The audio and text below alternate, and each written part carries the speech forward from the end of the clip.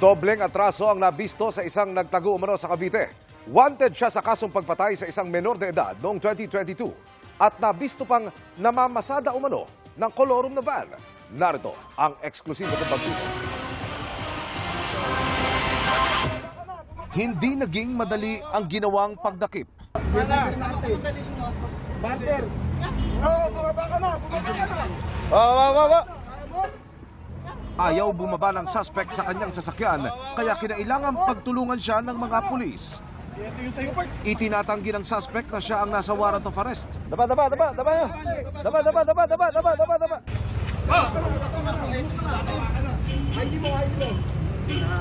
Hindi po ako si Bernardo, sir. Pero nang mapadapa na siya at makita na ng mga pulis ang kanyang ID, nakumpirma nilang siya ang hinahanap ng Mobile Force Battalion ng Eastern Police District. Kinilala siyang si Jeffrey Bernarte alias Jepoy, na wanted sa kasong pagpatay ng isang teenager sa barangay Pinagbuatan, Pasig noong nakarang Agosto 2022. They are positively identified by a female witness.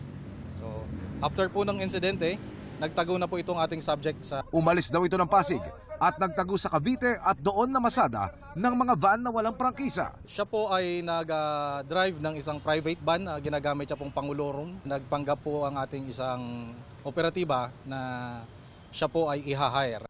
Wala pang komento sa GMA Integrated News ang suspect. Para sa GMA Integrated News, Emil Sumangil, nakatutok 24 oras.